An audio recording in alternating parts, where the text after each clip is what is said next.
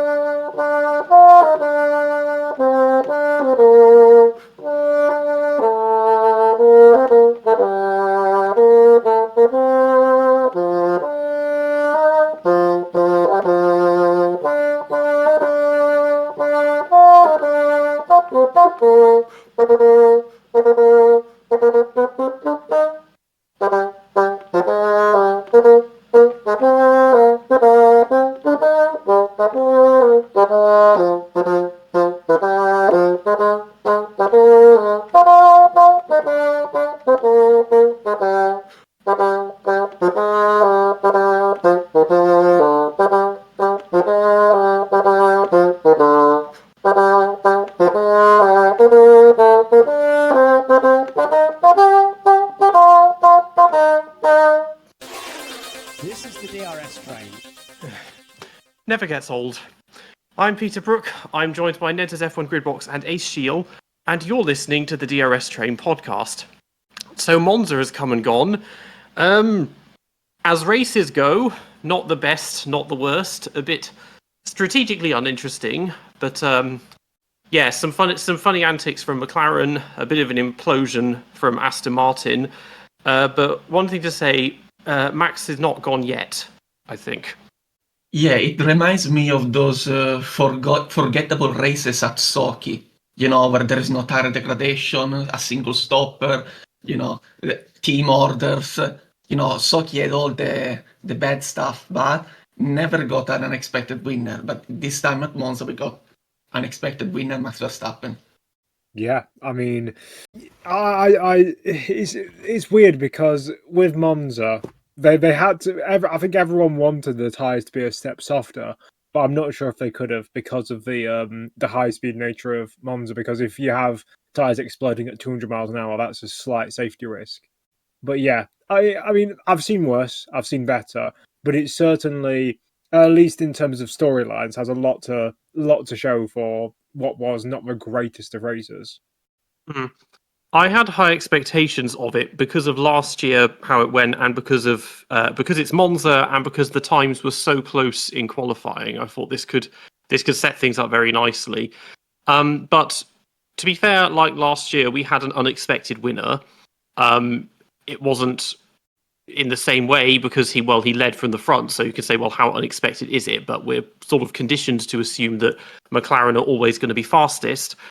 That wasn't the case this time around. And yeah, I don't know what that means going forward for the rest of the season because most teams have basically halted development now and they're focusing on 2026. But there could be the slightest ray of hope in Max's mind that he might get that fifth title. I think the only in terms of high speed tracks, because that's the reason why the Red Bull was at least on par with McLaren is because it's a high speed track. You've got Vegas, and I think Vegas is pretty much the only track. I can't think of any others. Well, Baku, literally the next race. I mean, yeah, it's got an long straight and actually a couple of long straights, but it's also got lots of tight corners as well, which make up a lot more percentage of a lap than Monza does. I mean, as I say, it could be closer, and it could be a straight fight between the Red Bulls and the McLaren, or the Red Bull and the McLarens. But yeah, I think that's why we've seen it because we heard the Sky Sports pundits, who are of course the most reliable pundits in the world, talking about the DRS efficiency and the aerodynamic efficiency of the Red Bulls compared to the McLaren, and that's why Max was closer. So it seems that McLaren still has some of the drag issues they had around 2023, which kind of halted them during that period, which stopped them being the fastest car. I mean, obviously now it's so much of a non-issue that they are now top at most of the circuits, but yeah, that could be an issue going into maybe not into next year, but they could not win all the rest of the races in the season, and there's a good chance they won't now reach I think if they get 1-2s in the rest of the races this season, they can get 1,000 points. But unless they do that, then they're not going to get 1,000 points. You talked about the competitiveness of the Red Bull. I think we saw throughout this entire year that the Red Bull was very strong in high-speed corners. And so at Monza, obviously, there's the Variante Ascari, and then there's the Parabolica. And then they managed to do a very low-drag setup, which the Red Bull can make work. And so, a lot of stuff came together at Monza for Red Bull being competitive. The only weaknesses were going to be the chicane of the straight line, the first chicane, and then the chicane of the Roggia. And what I believe is that the Red Bull, to be so competitive at Monza, even better than the McLaren, had to be put in such a weird window of just only Max Verstappen could drive such a car. So I still think it was very unexpected because for all the weaknesses that the Red Bull has, somehow they didn't matter in the race, just their strengths. I mean, wasn't Tsunoda close to being lapped, or was he actually lapped by Max? Almost No, lapped, wasn't yes. lapped. Nearly, no. Yeah. Yeah, Tsunoda is a bit weird because he didn't run the same setup. He had a higher load setup, the one they trialed on Friday, and so he had a much lower top speed, and it got him into Q3. It was promising until the race. I don't know what happened in the race. He was nowhere. He couldn't stay in the DRS train of Bortoleto and Alonso. He got overtaken, and then he pitted to do the undercut, and it failed. He was even slower than before. I don't know if by that point he got damaged with Lawson or whatever. This is now very worrying about Tsunoda because it looked like a breakthrough on Saturday and it just was not. I mean, in terms of one lap speed, I think it is good to have a tiny bit of downforce at Monza, but maybe it's the case that in the race with having to stay within people's DRS at certain points of a circuit is not a good idea to have no straight line speed or to have less straight line speed. So I think that's probably what it is. Just a setup that works in qualifying because it's based on the entire lap rather than in the race where you have to be within a second at certain points of the circuit to be able to stay in the DRS. And even then, yeah, you don't know, maybe it's track conditions, maybe it's something that the car just doesn't work on uncertain conditions or on high fuel or whatever. Maybe, I don't know. It's interesting, really, because compared to the late 90s, when you see the cars running at Monza there, they had the thinnest rear wings, kind of like the ones you see in Frecker and F4, where they just don't really need downforce. There was, I think, Heinz Howard Frentzen, he posted something on Twitter from 98 or 99 of his Williams, and he was like, there's no wing on it, and he said top speed trap was 202. But during the race today, even though you could see the rear wing is much thicker, or the race yesterday, the speed trap was 225 for the Ferraris. That shows just how much it's changed in that time. Probably just power, to be honest. Yeah. I mean, something else that's changed, of course, is that, it was for Red Bull, it was a race of two halves because Tsunoda, well, by his own standards, could have been worse. But Max, as well as leading from the front and everything else, he set a new lap record for Monza and a new lap record for, well, all of Formula One to break Hamilton's record for fastest lap in Formula One history. Barely. There's average speed of about 164.4 miles an hour, which is about 264 kilometers an hour. So on Sunday, I went through and I tried to find all the record holders for whenever that happened, and it was like every single race in 1950, the record would get broken because it was a new record, and then it was every 5 years after that, somebody would come and break it.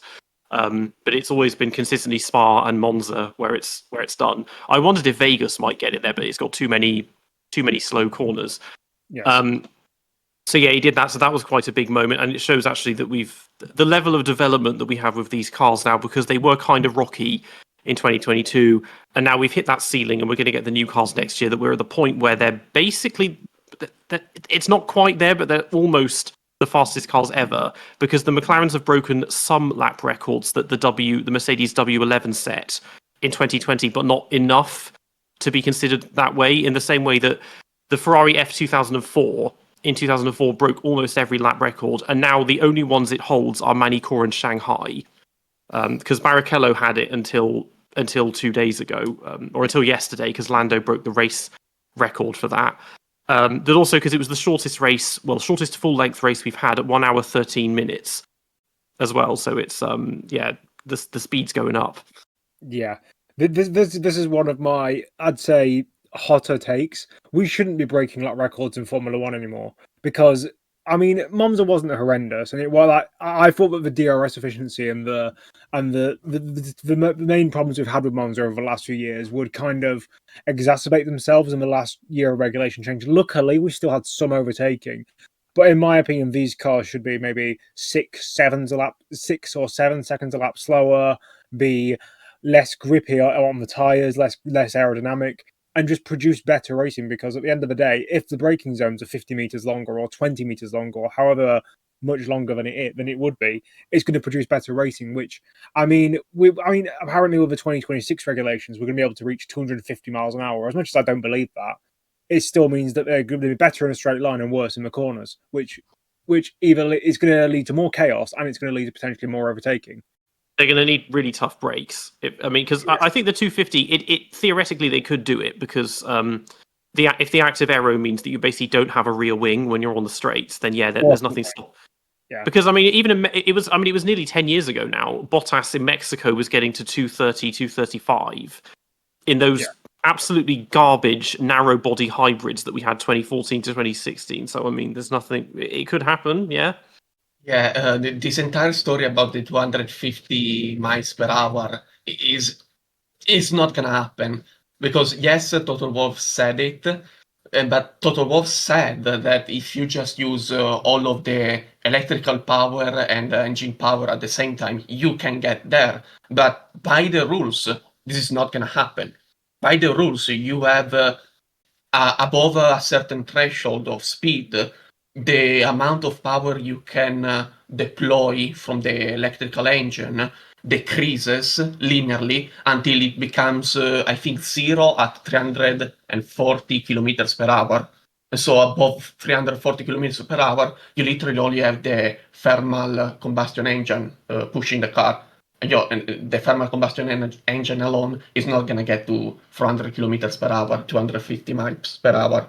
So that's was just a bit of sophistry by Toto Wolff to say how much power they could deploy, but are not because the rules are designed to avoid those situations. And then they talk about the brakes. Actually, the rear brakes are going to be far smaller than they are now because with the electrical engine, with the KERS, it's not the KERS, it's called ERS. MGUK, yes. Yeah. With the MGUK to recover the energy under braking, it's gonna brake so much already the engine that you're gonna brake far less with the rear brakes. And so there were some articles about from Pirelli and Brembo saying, we are receiving designs, and these designs are smaller than the kind of brakes they are using now at the rear. I think that's been the case for a while because they did that in 2014. Everybody switched over to brake-by-wire systems, and they needed smaller brakes because they got because the hybrid system would do a lot of the engine braking for you, and of course they'll always go for the smallest brakes they can to save weight and space and whatnot else. So there's been more of that.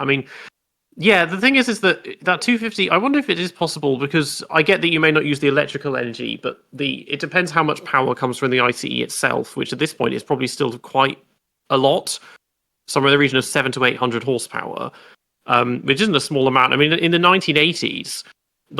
Paul Ricard, before they added that woke chicane in the middle of the Mistral Straight, they were doing about 230. They had 1,400 horsepower, but the wings on those things were massive, and the cars were not really that streamlined, or the aero wasn't nearly as good. So it is theoretically you could do it, maybe 240, not 250, but kind of what the McLaren F1 could do. We'll see. I do kind of wish that racing cars could get back up to the speeds that they used to, because, for example, with karts during the early 2000s, I think the pole record for any kart car from the early 2000s was I think I can't remember which track. I think it was at Texas one year. They hit an average speed of 256 miles an hour, and that is really cool. I want to see that. No, obviously you won't be able to set those lap records in Formula One, but to see a car hit those speeds, let's say obviously it won't on its own, it won't get to 250. But let's say if you, like on that Bottas clip that we mentioned, have a double slipstream, and obviously not DRS because they already have that anyway. But it would be cool to just see cars hit 240, 250 miles an hour, even if it's ridiculously unsafe. It would be cool. I like to think that the claim that Toto made was more of a stab at the other engine constructors. In the sense, nobody knows how good the engines of everybody else is. Yeah, and they can't just say out loud, these are our engine numbers. They can't say it. So Toto Wolff got the idea of just saying, if we deploy all the energy that we have from electrical and combustion engine together, we can achieve 400 kilometers per hour. What can your engines do now? And so he wanted some of his rivals to shit in their own pants from fear of their Mercedes engine, because he's that confident. I like to think that. I think it's Indy 500. The average speed is about 230, isn't it? Well, last year's speed was 233. The record was set in 1996, and that was 237, I believe. Yeah, but I'm thinking the mod cars, they're not hybrids, are they? The Indy cars? They are now hybrids. Oh, they are hybrids. Okay, but even so, they can do that. I mean, they're aero. Obviously, the aero is different from an F1 car, but they can do that. And Indy, it has the corners, and the straights aren't that long in the grand scheme of things. I mean, they're a fair bit shorter than Baku and Vegas and whatnot. So maybe. I think it would definitely be better pressed for a lap record at a shorter oval that has more gradual corners, like Charlotte, like Texas, somewhere like that, or even somewhere like Michigan, where Daytona, it's like maybe, because it's more sustained. Daytona and Talladega, yes, but they did an Indy test back there in the 60s, and even back in the 60s, I could see it was way too dangerous. I mean, I was going to say, I remember. I went on Project Cars 2, which is obviously sim racing. It's not fully realistic, but I remember I was going sideways at 200 miles an hour down the banks of Daytona. It's like, no, thank you. Or we just bring back Avis, because Tony Brooks, he held the average speed record in Formula One for 8 years because of that one race at Avis. He hit something. I think he broke the record by like 15 miles an hour. It was like an average speed of 148 miles an hour, and he held that until Jim Clark beat it at Spa in 1967. I'm guessing the Nord Curve doesn't exist anymore. No, the banking. I mean, they left everything else. So the podium is there, the timing tower, the original grandstand, but they took down the wall of death and that, and you can still see the imprint of the hairpin at the southern end. So, not 98% of the circuit is still there, but yeah. Something more extreme like that would be fun. I would definitely like to see F1 try at least part. This is why I think they should. Speaking of Monza and the race around Monza, I think they should definitely what's it called? Renovate the banking. Oval. Yeah. Well, the thing is, it's all there, because I was thinking, watching the race, like you can see the banking is still completely there. It even still has the Armco barriers.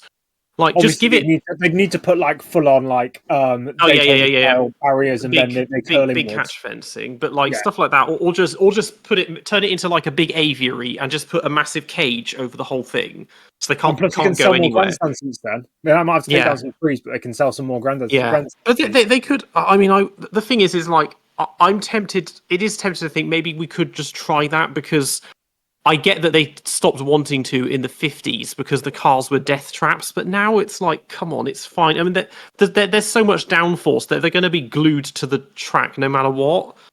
Yeah. So, and just don't do anything stupid, and you'll be fine. Use the active arrow in the corners or something. Yeah, well, that's the thing. This is the other thing about. I mean, not to make this a 2026 preview episode, but like I'm convinced there are going to be several enormous crashes next year caused by wing failures and this active aero just deciding not to work. I know that's going to happen, and then everyone's going to be like, "Oh, isn't this great? Making the cars basically have a mind of their own." And yeah, Paris Monaco 2011. Yeah, we'll wait for that next year. Okay, well, if we go back to the race itself, for Red Bull because we get there. Yeah, Max. I mean, well, the first he cut the chicane at the start, but then Lando was being a little bitch and complaining, and I was like, yeah, well, you didn't really give him much room, and he was thinking, well, I can either cut the corner or I can just reenact 2021. So he chose cutting the corner. Gave it back, took it, and then retook the lead. And I was surprised by the pace because he got out of DRS range very fast. And I think everyone thought he only got pole because it's just Max's magic on Saturday. But then he just disappeared. And I was thinking, is he going for a 2-stop maybe? But then he wasn't building enough of a gap to warrant a 2-stop. And the gap just got bigger and bigger. And then, McLaren sort of shot themselves in the foot right at the very end. But yeah, really solid. And you could see he was really pleased because that was Max's first win since Imola. So what, 8 or 9 races ago now? I mean, he's still a good 90 points behind Piastri, but he's... I know I wouldn't rule him out is the thing because I know it's a huge gap, but he is Max and McLaren are McLaren, and it takes them crashing into each other just once, and then he could be right back in the game. And we know he comes back so strong in the second half of the season. So, yeah, it could be interesting now. For what it's worth, I think that the current Pirelli tires that just don't degrade, don't do anything, just last far longer than anybody expects, kind of saved Max.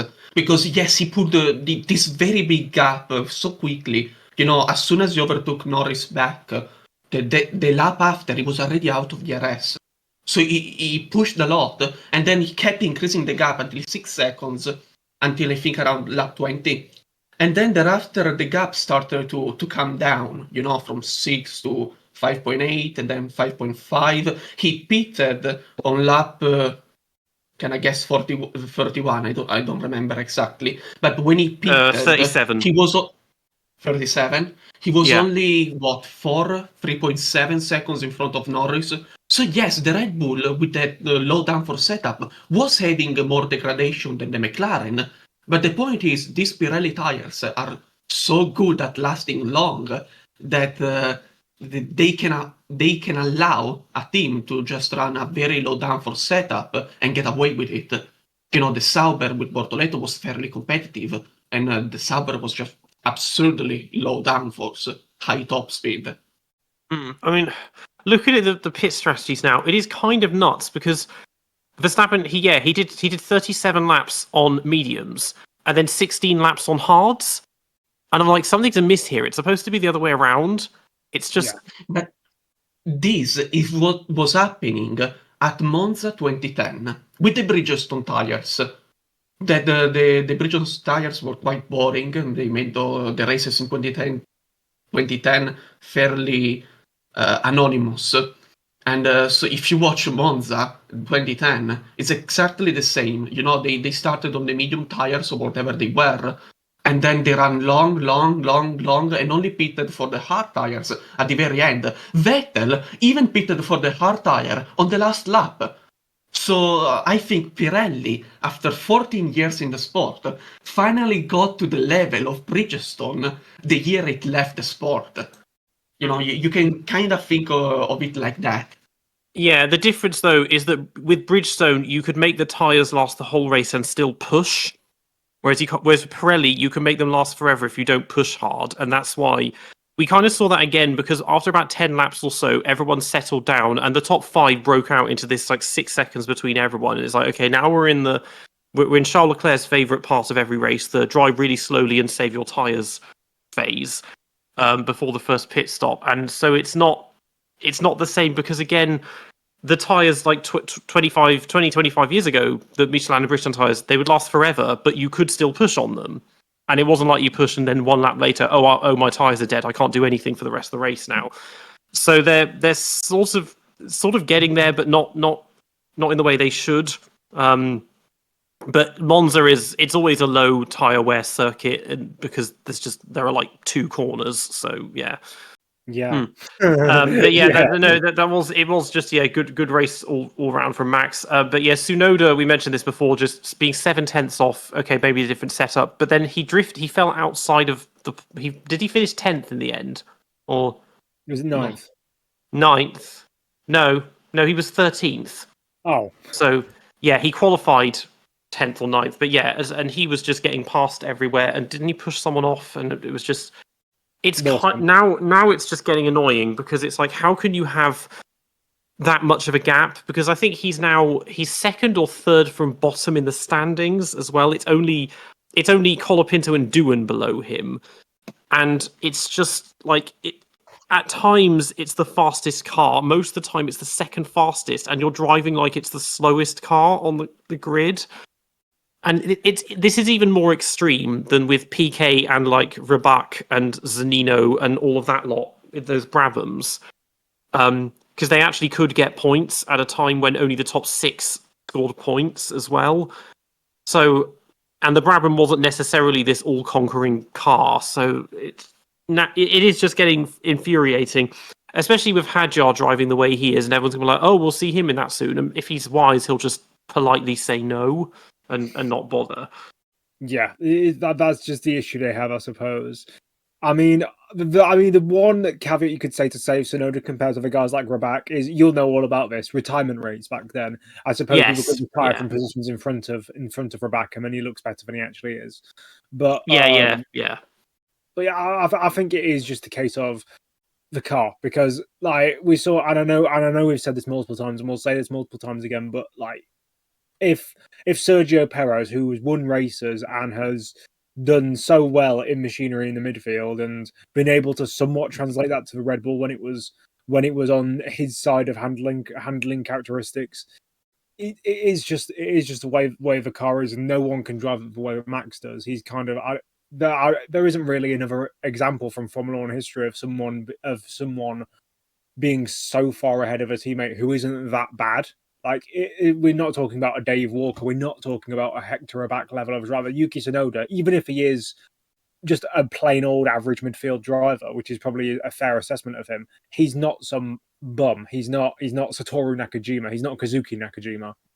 It's just that upon reflection, like with Checo, it was bad, especially by 2024, but it wasn't this bad.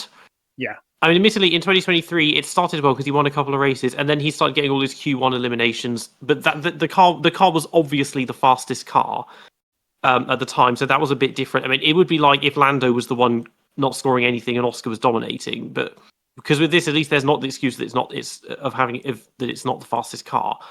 But it's even so, it shouldn't be. It feels like just a Herculean effort for him just to get out of Q1 in each race. And it really shouldn't be this difficult. And he's contributing so little. I mean, they're firmly fourth in the Constructors' Championship when they should be second. There's nothing that's going to fix it. And you wonder next year, I don't know what their plans are in terms of car philosophy or what they've come out with, or if they're going to double down, or if they're going to think we need to make something a bit friendlier. It's hard to say, to be honest. Yeah. I think we might have exhausted Red Bull here. Yeah. Okay, so McLaren, kind of unexpected result. First of all, everyone thought they were going to be fastest, and they apparently weren't in either the quali or the race. But we're having more. The kind of inter-team rivalry and tactics is really weird, and it's sort of entirely reflective of their fan base, because this is how teenage girls would run a Formula One team. It's like, oh, he had a slow pit stop, so now you have to give him the position back. And Piastri was rightfully said, well, slow pit stops are part of racing. And Max was laughing at it, because it's like, yeah, it is kind of nuts. Like, that's not... This is how... Yeah. That there are so many examples you could think of in the past where it's like, oh, that person had a slow pit stop, so let's just let the other person through so they can take the win now. I mean, because going by that logic, Ricciardo's supposed to win 2016 Monaco, as an example. Or even Eddie Irvine should now be the 1999 champion. It's weird. It's too friendly. There is McLaren 1998 Australia, and if I got the race wrong, shot me in the head, because it's quite embarrassing getting that race wrong. When McLaren was running 1-2 with Hakkinen and Coulthard, and then Hakkinen got a scrambled message on the radio for whatever reason, and thought they asked him to pit, and so basically did a drive-through because of a freak accident and lost the position to Coulthard, and so Ron Dennis went on the radio to David and told him to give back the position to Mika. So this is not unprecedented, not just in Formula One, even in the same team. Ron Dennis did something very similar to what Andrea Stella did yesterday, back in 1998 with the most competitive car they had in years. So I don't think it was unprecedented. I think it was very fair, and it was the correct move to do. Because at the end of the day, we can talk about if this should be in the racing rules of the McLaren drivers or whatever. Andrea Stella right now is managing these two drivers very well. They don't hate each other. They are not splitting the team apart. They're still collaborating even when they're in a title fight. So that is remarkable. I definitely say that this is the fairest in terms of parity and in terms of treatment title battle we've had in a long while, if not ever, in Formula One history. Because yeah, it does seem that like any sort of issue that is had by either driver is then corrected by the team. Obviously, they couldn't do that in Zandvoort, but yeah, I mean, this does definitely. I suppose it helps redress the balance from Hungary last year, because now that Lando's had the exact same thing back, benefiting him, you can't really complain, in my opinion. But yeah, there's a very awkward situation for everyone else to be in. But I suppose if Lando and Oscar are happy with it, and if McLaren are happy with it, then there's not really much you can do or say against that. I mean, people can say that it's woke nonsense, or they can say, like Damon Hill, he said, "Oh well, Prost had an engine failure in Italy 1993, and therefore I should have been given a race win or something like that." And he's like, "No, it's an engine failure. They haven't. It wasn't an engine failure that Piastri had." So again, I think Damon Hill's just trying to pick up on some social media clout, but yeah, it's I have no problem with it as long as it's done fairly with both drivers involved. Like, for example, if let's say Piastri was to have a slow stop in the next round, that they then redress the balance. And I mean, it does. I mean, I did see something online where people say, well, what if it's the last race? And the last race of the season, if it's in Abu Dhabi, are the drivers really going to comply with that? And that's when it could get sort of sketchy, because the driver on the receiving end of the bad effects of that will say, well, actually, no, we've been doing it all season. Why can't we do it now? And the driver in front will just say, well, I've won a championship, mate, so you can fuck off. That kind of stuff. That's the only problem that I can see coming from this. If something does happen in Abu Dhabi, or in a championship deciding race, then that's the only place where this is going to fully come to fruition, and we're going to realize the flaws that can happen when you try and treat your drivers too fairly in a way. In the example of Australia 1998, wasn't there also an agreement that said whoever led into turn one gets to win the race? Like, that's nuts. I mean, they'd done that before because that was the thing that turned Prost and Senna against each other at Imola. But like, it's like, no, this is not a drag race. Like, you don't win at turn one. Like, you if you want to pass him later, do. It's just, I don't like those rules. They're stupid. I mean, team orders in general. It's just like, especially when there's not an obvious first driver, second driver dynamic. It's just like, just let them race and sort it out themselves. I was gonna answer back to Nedzo when he mentioned if at the last race will they still follow team orders. I just want to say, if at the last race and he's a title decider, and whoever finishes in front wins the title, and they have to execute team orders to be fair, and the drivers comply, I'm gonna applaud both drivers and the McLaren team, because such level of sportsmanship hasn't been seen in the sport since 1958 with Stirling Moss. And that's absolutely impressive if the drivers comply in such a scenario. Yeah, I mean, I suppose in Moss's example, he didn't necessarily know that getting the disqualification overturned would end up meaning he loses the title. I mean, I think he knew it would make it harder to win it, but it's not like, oh, well, I lose it now if I do this for him. But yeah, it's just that I don't think. I hope it doesn't come to that. But also, once the constructors is secured, because they have a good chance of securing it in Baku. At that point, it's like, well, now you can just let them do what they like, because you don't need to worry about constructors anymore. So you can just let them race each other. It's it still just kind of rubs me the wrong way because there are lots of things. Because it's like saying last week, okay, well, Lando's engine's died, so could you please just floor yours and burn it out so it dies as well? Or oh, Lando's crashed, so no, you have to crash as well. It's a funny one. But that being said, Oscar was behind him the whole race. I mean, he got passed by Leclerc at the start, and then this gap was building, and I was like, he's not catching him. But then Lando wasn't catching Max either, so they ended up just building this gap out. And I can't remember the reason why they decided to pit Piastri first, but that obviously made a difference as well, because that just only augmented the undercut with the slow stop. But he seemed okay to do it, I guess. And then they said, well, you can race once you've let him past, and he got within DRS range, but it still then just kind of gave up after one attempt. So yeah, maybe he was just slower all weekend. Yeah. Again, Yeah. I don't think there's really much to add to that. It's just funny seeing all these team orders and stuff being played out, because you just know at some point it's going to blow up in their face, even if it's not this season. Even if, like Ace said, that you get to the final round and they're all nice with each other, it's going to have big effects on, like, because if Lando and Oscar are the McLaren team's like long-term driver pairing, it's going to definitely have some strange effects. Like let's say if they do go to teams in the future, Lando will expect the same treatment if he has Charles as his teammate or Max as his teammate, God forbid. And I don't think those drivers would be as likely to just give up results and positions. Well, yeah, everyone was saying that in this scenario, Max would have said no. And yeah, we know and the thing is, he said no in the past to stuff like that. So yeah, he wouldn't have complied.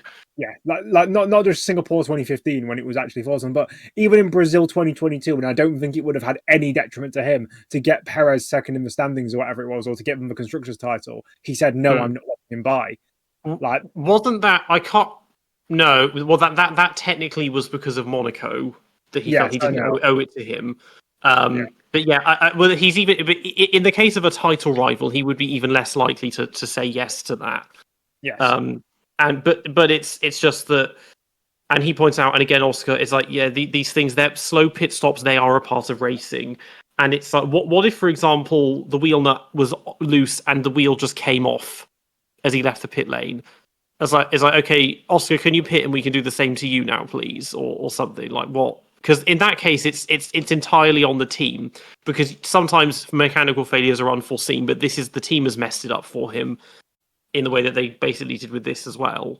And the worst thing is, I've seen on Twitter in the last 24 hours, there have been Lando fans who have been like looking back at the replay of the pit stop for Lando, and they've been saying that, like, because basically what happens is the mechanic goes in for putting what's called tightening the wheel up, and he thinks he's done it. He thinks he's done it right, and then someone taps him on his shoulder, and he has to do it again. And they're like, "How does it take you 2 seconds to realize that it's not on properly?" And I'm like, maybe because you usually get a beep in your ear. Maybe because you expect the pit stop to be done by 3 seconds. Isn't it? You get the beep, and there's the red and green light on the wheel gun as well. Yes. So you need all of that stuff. I think, as usual, Lando fans are a bit harsh on anything that goes against Lando, and a bit too nice and a bit too friendly to Lando himself. Yeah, it's endless coping with the fact that he's being beaten by a driver who is 2 years younger than him and also entered Formula 1 4 years later than him. Mm-hmm. Like, he really shouldn't be getting beaten this hard by Oscar. Yes. But yeah. I mean, Oscar's been in command all season, and he's going to win the championship. So yeah. What's the next one? Ferrari. Ferrari. Yeah. Okay. Well, compared to last week, this went far better. Lewis was on the back foot because of the grid penalty. He inevitably moved forward, and he did exactly what I expected. Was he'll get to P6, and then just his progress will stop. Leclerc gave it a go. I mean, he took third from Lando. He tried to get Oscar at the start as well, or the other way around. Got Piastri, tried to get Lando, and then just fell back, and they didn't really do anything, and just finished where they were, and that was it. Yeah. Yeah. Yeah, there is nothing to say about Ferrari. Another weekend of random setup, extremely optimized, just delivering the same kind of results the car has delivered all year long.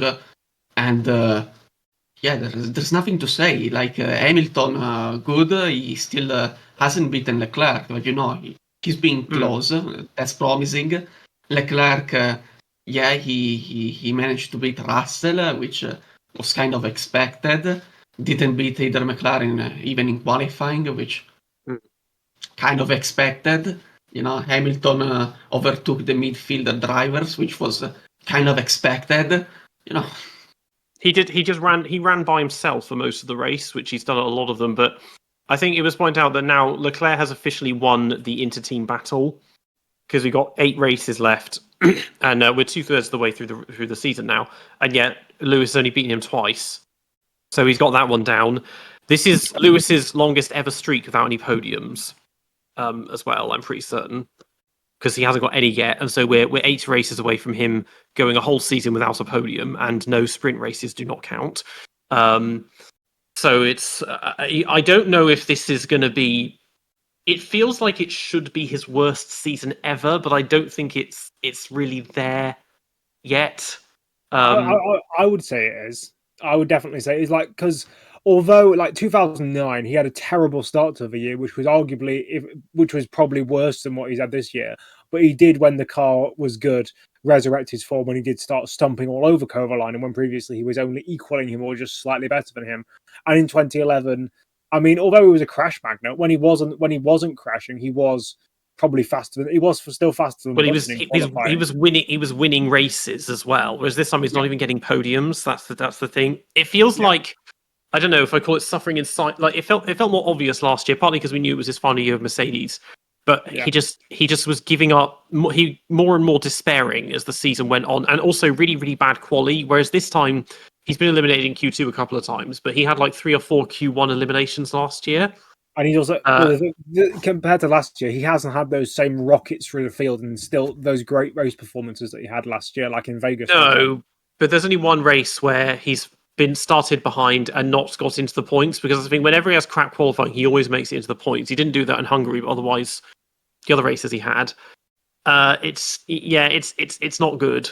But his mood turns on a dime, because I think he felt fairly decent after yesterday, because it was a bit of a recovery drive and nothing really went wrong. And also he just loves Monza, but he was very forlorn after Hungary and Zandvoort. So we'll see. But yeah, they're just cracking on and doing their thing, and it's there. Mercedes, George didn't do anything. He started 5th and he finished 5th. Wasn't there some radio message or something, or maybe I'm just remembering ones from other times? And then Antonelli he was complaining about the medium tires in Q3, or not having medium tires. Oh yeah. He wanted to do mediums in qualifying, and they didn't let him. And then Antonelli, it was so close to it being a decent race. I mean, he nearly crashed. He had a really crap start. Nearly took out Lewis at the start. But then he was making some moves, and then he got that 5-second penalty for erratic driving. I haven't seen any replays of what this erratic driving was, but he still finished in the fight with Albon. Okay, but I mean, he still finished in the points. But it's like he's becoming. He's like a better version of Brendan Hartley, where something goes wrong every weekend. I don't know, but this time at least he got points. I mean, that's his first points since Canada. I don't know. Well, he got 1 in Hungary. I mean, it's his best result since Canada. He has also got a new. Sorry, carry on. Yeah, he's now behind Albon in the standings, and he really shouldn't be. But yeah, I would also say he's now got a new slander nickname as well. People are calling him now Talib Antonelli. Oh, that's a good one. Yeah, he's been very good at that. Just it is. We said obviously last week because he killed Leclerc. It's just the inexperience, and it is catching up with him, and it's becoming a bit disappointing, I suppose, because it's because the season started so strongly, and then it's just started collapsing, that it's becoming very anticlimactic. But but they did their thing, and they're still close in that battle for second with Ferrari, and because Ferrari are Ferrari, they'll probably beat them and finish second. And Red Bull, there's only so much they can do when they're fighting one-handed as well. Who's after them? Williams. Another one of two halves. I mean, Albon, that was a big charge from, 15th or something in quali to finish 7th. That's one of his best races in a long time. Sainz, well, he would have been in the points, and then there was that collision with Behrman. And I can tell he's still pissed off of his penalty from last week, even though it didn't affect anything because he was going to be outside the points anyway. But yeah, Albon's loving it. Sainz, you can tell now he just kind of hates being at Williams and is just like, what the fuck am I doing here? Especially with the way Lewis is driving at Ferrari as well. Yeah, it's not really a great situation.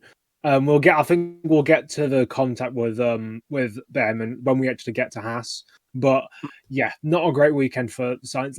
Apart from that, I didn't think I saw him at all during the race. Whereas Albon, we saw him fighting with other drivers. We saw him get past his teammate with team orders.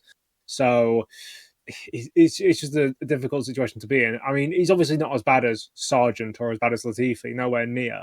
But I'd argue that Colapinto had a better stint, even though he crashed a lot. I'd argue that Colapinto showed more promise and more talent than Sainz has so far this season in terms of results, especially. Like, I know Sainz has had a lot of bad luck as well, and maybe luck adjusted, he's done better. But overall, like we a lot of people praising him before the season, like he's going to be the one who's going to finally pull Williams up, and he's going to give them that technical expertise and that ability to develop a car that he's so strong at.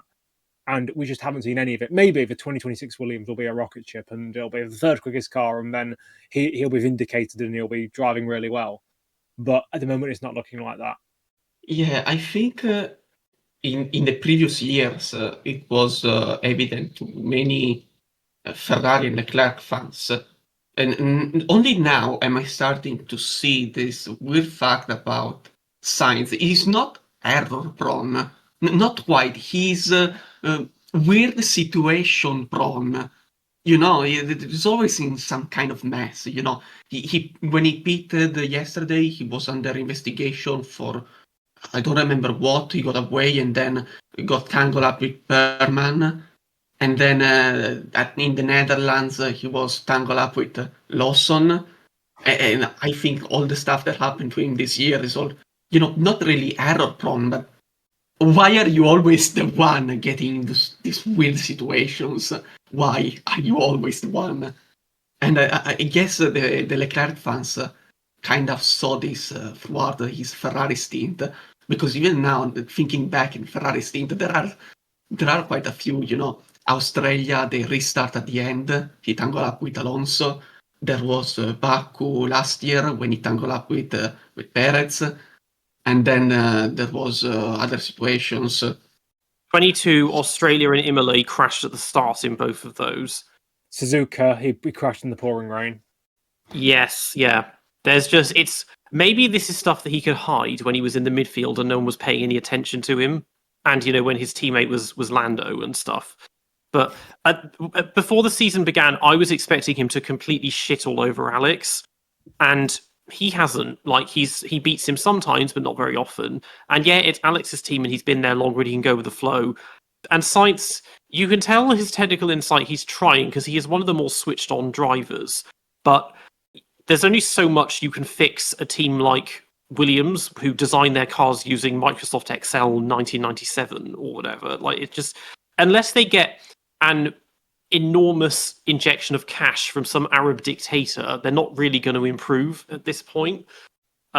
So I think now he's getting frustrated because he knows he's not driving as he should. The car is not getting any better. It's kind of all over the place a bit, because there are some races where points are easy and others where they're both out in Q2 and you're just like, what the fuck is this? And he's obviously still aggrieved that he's had to leave Ferrari. So it's just a bit depressing, I think. And Williams, I'm getting a bit exhausted of them not improving. And they're just, because they've lost any semblance of connection to the original Williams now as well. Is Patrick Head still there? Maybe, but as a consultant, in the same way that I think Rory Byrne is still a consultant at Ferrari. I'm not sure what that kind of job entails. If it just means that every once in a while they send them a few pictures of the car and they're like, I'll do that to the barge board or whatever. But beyond that, there's nothing left. And it's like, because the Williams team doesn't even own the team anymore, just call them Vowels. I don't know. Or they have, Doralton Capital doesn't own it anymore, do they? Not. I thought they did. I don't know, but because they had that Jost Capito, and then he left after like 10 minutes running the team or something. And maybe Doralton, I think they still run it, but it's James Vowles is he was Toto's puppet, and then he decided to cut the strings. But I don't think Doralton will rename that team just in fear of the fan backlash. I can't. Yeah, because their sponsor is Atlassian, whatever the fuck that is one of their sponsors, is their title sponsor. They've still got Duracell. I don't know. I don't like the car. The car's the livery, and it's just all I can think of when I see that car is Latifi, even though he hasn't been there for like 3 years. And because I always start with Williams when the one time a year I play F1 Manager, and Williams. Then we have Kick Sauber. Literally a race of it was a race of one half, really, wasn't it? So a DNS for Hulkenberg, hydraulic problems. So yeah, somehow they missed that in the hours of preparation they had in the morning to get the car ready and on the grid and all of that. But Bortoletto, very good race. He made Q3. He finished in Q3. He got 8th courtesy of Antonelli's penalty. Yeah, solid drive. He's getting into a rhythm now. Yeah, very unfortunate. Just to point out, because of my agenda, that Hulkenberg is error prone. After qualifying on Saturday to the media, he said that he was out in Q2 because he made a mistake on his first lap of Q2, and so couldn't just do the lap. And so the actual push lap he did, the second one, he couldn't push the boundaries as he wanted. He had to keep some margin of safety, because he had to put a lap on the board, and since he didn't have the first lap to do it, he had to use the second lap, and so he couldn't push the limits, and so that made the difference between him and Bortoletto in Q3 and him 12th out in Q2. And then an error in qualifying, and then it just didn't matter because the hydraulics died on the formation lap apparently. So yeah, tough luck for Nico. He was absolutely in a position to score points. Albon was starting 14th because Williams screwed up qualifying. They didn't know how to prepare the tires, and somehow they just ran him long. He had the pace and finished 7th. I expect Nico to also have had that pace if he were in the race, and therefore to beat Bortoletto and score points, but it didn't happen. Instead, we got Bortoletto, who did an excellent qualifying because he was best of the rest with this very low downforce setup. I think he had the highest stop speed of everybody, and in Q3 he set the fastest sector 1 because he had such high top speed. And so yeah, it worked in qualifying, and then in the race, it kind of worked. He finished 9th, which became 8th after Antonelli's penalty. He wasn't overtaken on track. The idea worked. It just the Sauber wasn't the best car of the midfield. He made it work, even though he was one of the early pitters, because he pitted on lap 20. And so before him, only Tsunoda, Behrman, and Lawson had pitted. So he was one of the first ones to pit. But still made it go long. And also because he got passed by, we'll get to Aston Martin, of course, he got passed by Alonso in the pit lane because they pitted at the same time as well, because I think he had a slow stop. So good all round from him. Hulkenberg, though, he's the only, other than Colapinto, he's the only driver who hasn't made Q3 yet. So something is clearly amiss with his qualifying. But when he gets the chance to start the race, he usually makes up for that. But no, Sauber, at least we have something to say other than they were slowest and did absolutely nothing. Because it was just, last year was just tragic. It was worse than HRT. Racing Bulls next. So Hadjar, to go from the pit lane to 10th, good on him. That was a good recovery drive. Kind of unexpected. Lawson he at least made it interesting in that we had all 3 compounds at the start, because he was the only driver who started on softs. He pitted on lap 9 and then ran the rest of the race on hards, which I thought he might be trying a 2-stop. Didn't. there was some stuff, wasn't it? He had some argy-bargy with Tsunoda. Yes. And then he just ended up wherever he ended up, which was 15th. 14th. Yeah. So not 18th to 14th. So not. I mean, both out, to have both drivers out in Q1, and then Hajar made it 10th and Lawson didn't. So not his best race. Yeah, not exactly a glowing race from him. Yeah. Yeah, so Racing Bull clearly had problems in qualifying. They were out in Q1, both of them, despite having excellent pace in FP3. They should have been fighting for Q3, but it didn't matter because they changed the engine on Hajar. I don't know why he was out in Q1, but he was out in Q1, Lawson. But Hajar, you know, nothing he could have done, even if he got pole, he was starting from the pit lane, so it didn't matter. And then, for the race, clearly they had nothing to lose, so they went for the alternate strategies. Hajar started on the hard tires from the pit lane, and Lawson started on the soft tires from the grid from 17th. And it didn't, for Lawson, it didn't quite work because he had to pit very early, lap 12, I feel like. And then, he was behind this long queue of cars in the DRS train behind Bortoleto. And so went on the hard tires, but since he had to go long, he couldn't quite push. And so he undercut very few cars.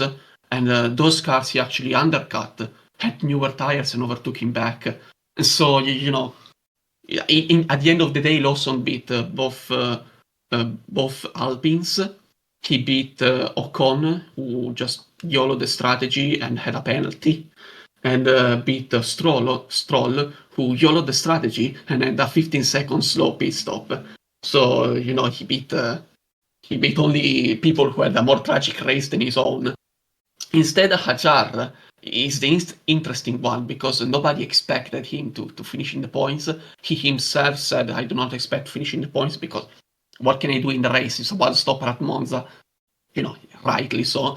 But instead, then in the race, everything kind of fell in place for him to score 1 point because he overtook Gasly at the start from the pit lane.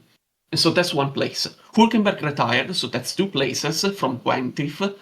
Then he overtook Colapinto at some point, that's 3 places. Then there was, Lawson and Tsunoda that kind of banged with each other and screw one over the other, vice versa. So that's 2 places, and we're a total of 5. Alonso retired, and that's 6 places. Then there was Sainz and Berman having that clash. And if you look at the images, when they are spun around, the Hajar passes through. And he's the only guy they lose the position to. So that's 2 for the places. That's 7 places gained. And then there is 8 places gained, sorry. And then there is Stroll and Ocon, who were running in front of him, but their teams decided to just YOLO the strategy, hoping for a safety car at the end, and the safety car never came. So they got undercut by Hajar. And that's 10 places total. And so that's how he got from 20th to 10th. It just kind of happened. And I find it so funny because if Stroll didn't go for the YOLO safety car, if Ocon didn't get the 5 seconds penalty, if Sainz and Berman didn't crash into each other, they all would have finished 10th. No, it was Hajar. The only guy who did the normal race. Yeah. Haas, Nedzo. Right, so I think the elephant in the room is the Berman-Sainz collision. I didn't really follow their strategy because they were both outside the points for a long while until Ocon was.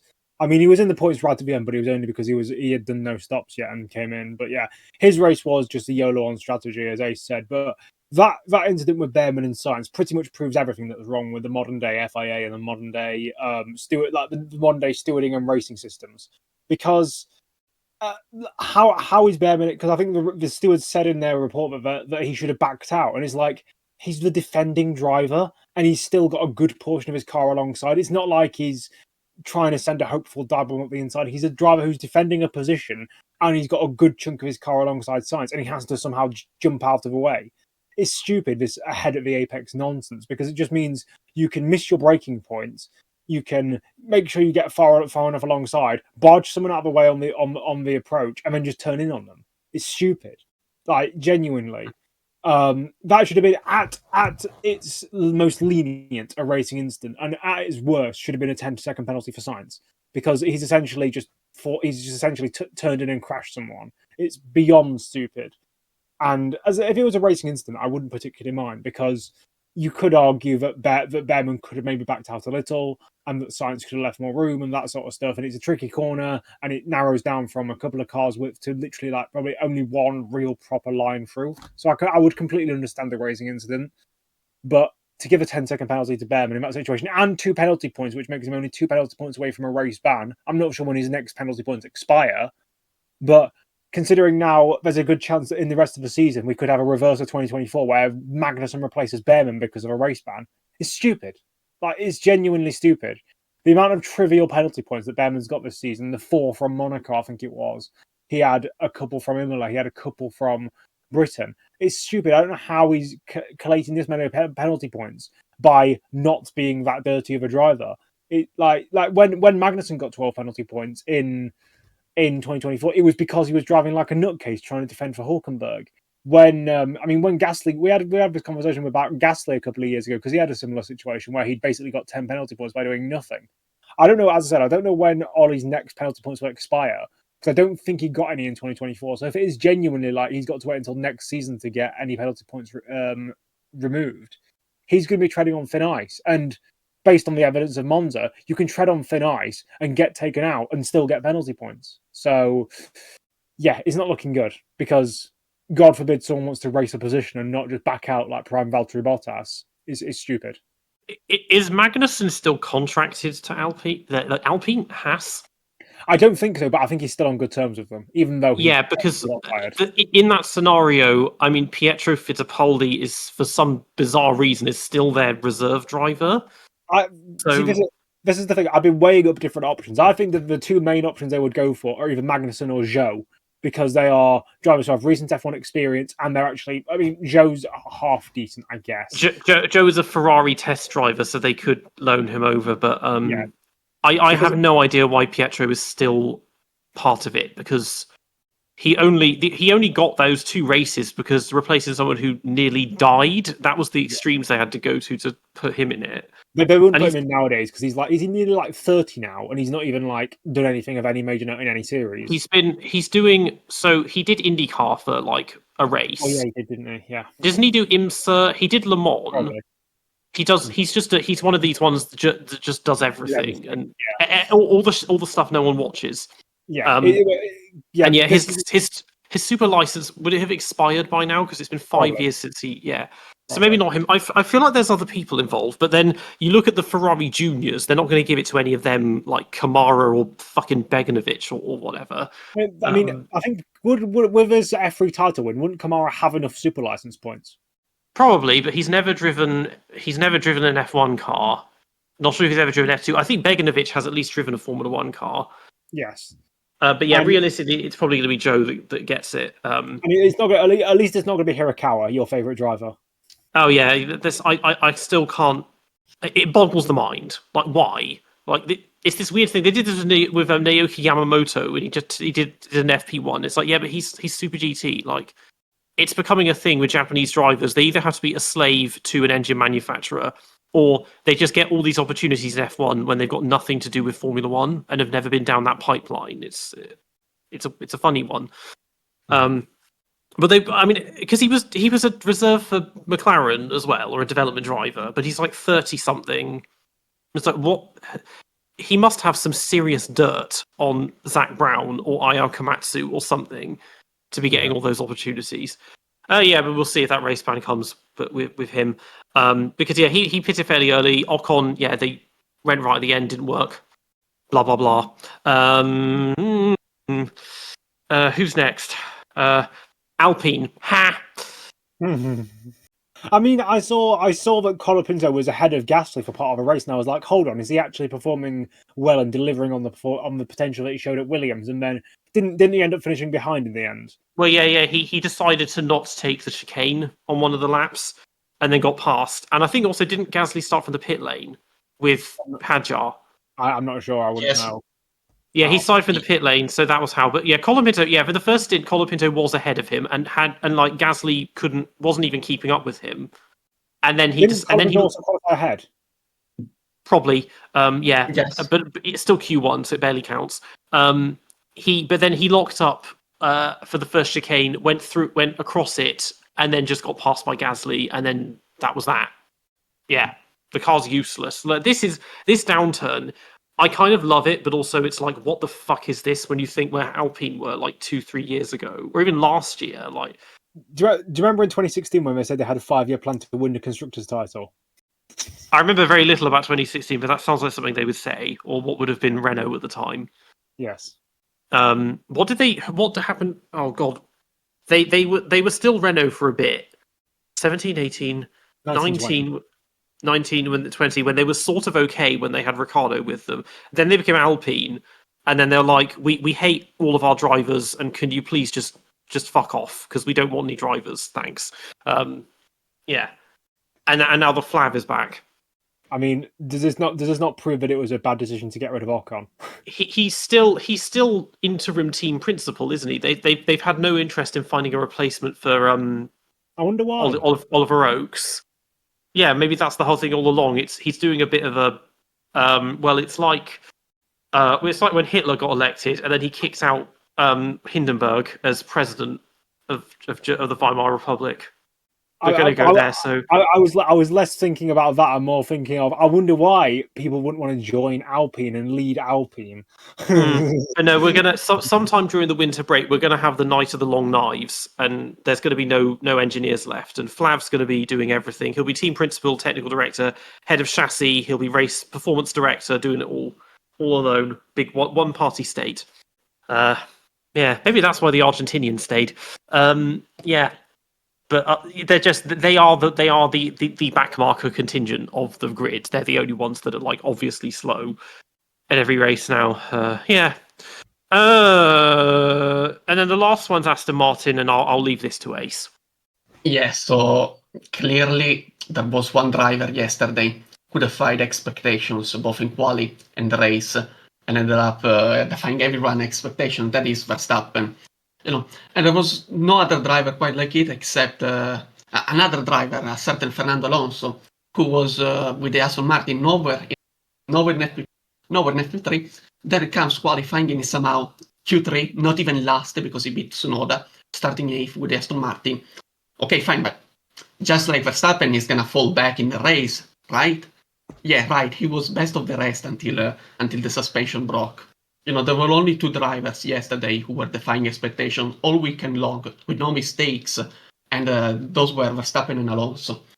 But, there is not quite that much anger about the retirement, because if he did not retire and Alonso were running for best of the rest for 7th place, all that would have happened would have been that when Sainz and Berman clattered together, Berman's wing would have flew off in the middle of the track, safety car comes out, and so Ocon, Stroll, Albon, they get 3 pit stops, and then it would have been Albon P7, Stroll P8, Ocon P9, and then there would be people saying, look at that, another chance to score points, and Stroll is the one ahead.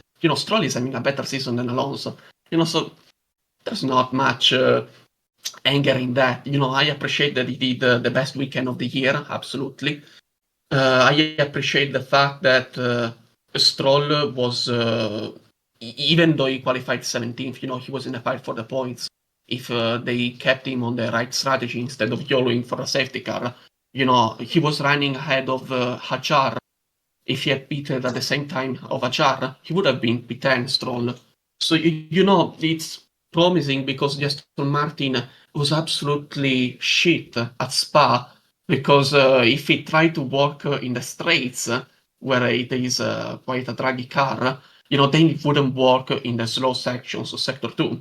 And if he tried to be competitive in Sector 2, it lost too much on the straight. So, at Spa, it was nowhere. And then there were Hungary and Zandvoort, where you only need to be competitive in the curves, in the turns. And Aston was competitive. And so the expectations were in Monza, where it's only straights. It's gonna suck. And it wasn't the case. The car was competitive because just like the Red Bull, clearly it was faster than the McLaren yesterday. Yeah, unexpectedly, but it was faster. The same for Aston Martin, it was a competitive midfield car, and it was unexpected, but it was competitive. So that bodes well. I don't think it's going to be the same at Baku, because clearly Baku is much more like Spa in the sense it has both straights and turns. So Baku is going to be much more of a pain, and this is a lost chance. But as I repeat, given Alonso's luck, if it wasn't a suspension failure, it would have been an unlucky safety car. Fun fact, Alonso has more retirements than Verstappen has wins. It's his 71st retirement yesterday. And again, it's kind of a shocker because, like we saw last week with Lando, how quickly we've become conditioned to the cars always working because retirements have become so rare. Because again, without that, ignoring the fact that Hogwarts didn't start the race, everyone would have finished it. Yeah. So yeah, not it could have been a better race. There's some stuff to take away from it. I think the main thing is if Max can keep this up, that will throw a bit of a spanner into the title fight, because otherwise it's going to be a bit too soft if it's being dictated in the interest of fairness and whatever happens in the pit lane between the McLarens. But yeah, let's do tops and flops. Tops, well, Max, Albon, I guess Hadjar. No one really did anything in this race. I'd go for Max, Hadjar, and I mean, should I go Alonso or should I go for someone else? Bortoletto. Well, clearly my top 3 is Max, then I say Alonso, and then for the third place, it's quite tough. I think I'm going to go for a midfielder, so Bortoletto. Mm-hmm. It's either Bortoletto or Hadjar. Yeah. Flop-wise, well, I suppose Antonelli would be there. Tsunoda, absolutely. And McLaren. I'll go for VFIA. I'll go for Tsunoda, and I'll go for who else? Who else can I go for? Yeah, Antonelli, I suppose. I'll just steal it for you. Yeah, Antonelli for me too is a flop. I would say Sainz, because he very much could have avoided that, but it just, as you say, Nedzo, the racing rules are so bad. It's not even Sainz's fault. He raced by the rules, Sainz. Just stupid rules. So I guess the flop is the racing rules. But if that is the case, all the races this year on the flop, that would have been racing rules. So I guess I'll say this race. So Antonelli, Tsunoda in the racing rules, because I cannot decide between permanent Sainz. Yeah, there's the racing rules. There's a lot going wrong at the moment with the sport that needs fixing. But according to Domenicali, what we need to fix is make the races shorter. Because I guess he's seen, people like watching the highlights on YouTube. That means that they want races that are 10 minutes long. It's like, or they like watching the highlights because that's the only way they can watch the races for free at the moment. So he's, the thing on the racecraft, there's things that can be fixed, but the powers that be don't seem to be interested in that. They want more gimmicks or more fuckery with sprint races or whatever. So not good. But at least, 2 weeks now till Baku. I am looking forward to it, which I didn't think I'd be saying a few years ago, because the races at Baku, they either sink or swim, and they've been leaning more towards the swim side recently. And because it's a circuit more akin to Monza, maybe that plays into Max's hands, and there's always a crash or two. So, I think Baku should be a good one. You've been listening to... Yes. You've been listening to the DRS Train podcast. We're on YouTube and Spotify, and you can find us on Instagram and X at the DRS Train podcast. Become a channel member and you get early access and behind the scenes footage, and you can join our current members, Birak Toshkun, Chris O'Dea, and Blue Guy. Make sure to tune in for our next episode. Stay safe, and we'll see you all next time.